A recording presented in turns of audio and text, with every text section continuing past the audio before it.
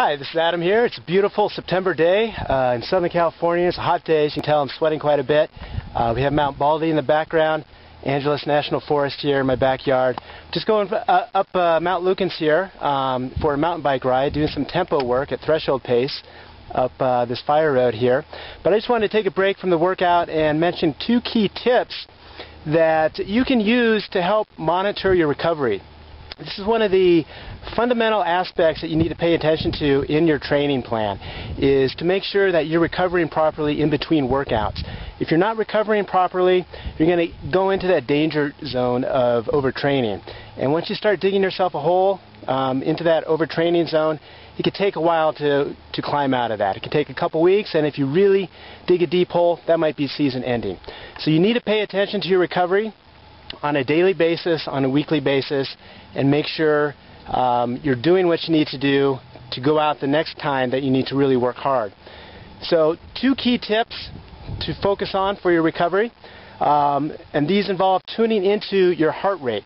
The first tip is that you want to take your resting heart rate first thing in the morning, before you even get out of bed. Just take your pulse for 30 seconds, multiply that by 2, and that's your resting heart rate in the morning. You want to jot that down in your training log. Now what you want to do is notice the average of your resting heart rate over time. So my average heart rate usually is about 45 in the morning, 45 beats per minute in the morning when I wake up. And on some days, if I'm feeling a little peaked after some tough training, that heart rate is going to go up to maybe 52 beats a minute. And that's a sign that tells me that I need to back off that day. It can also be a sign that maybe I'm fighting a virus or something. So you want to pay attention to that morning heart rate, and if it's elevated 5 to 10 beats above what the average typically is, that's a sign that you need to back off on your training that day.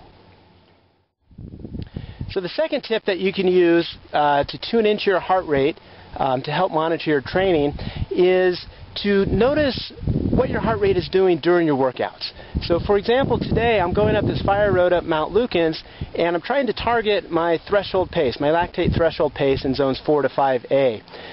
And fortunately today I didn't have any trouble getting into that zone. I raced last weekend, I paid attention to my recovery this week, I had some easy days, and I'm able to go out today, no problem at all, hitting that target zone. Now, let's say that after my race last weekend I kept training hard and I didn't take those recovery days. It's quite possible that in this workout today I might find myself having difficulty getting my heart rate up into those target zones.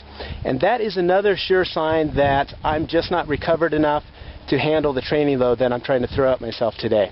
So if you find yourself in a workout where you're targeting a certain zone, but your heart rate is not getting into that zone, even though you're putting forth the intensity level that you usually do to get into that zone, that's a sign that you're overtraining. You need to turn that workout into a recovery workout, go home and pay attention to your recovery for the next few days. So there's a few tips to use to tune into your heart rate so that you can ensure that you're getting the proper recovery. So train smart, and see you out there.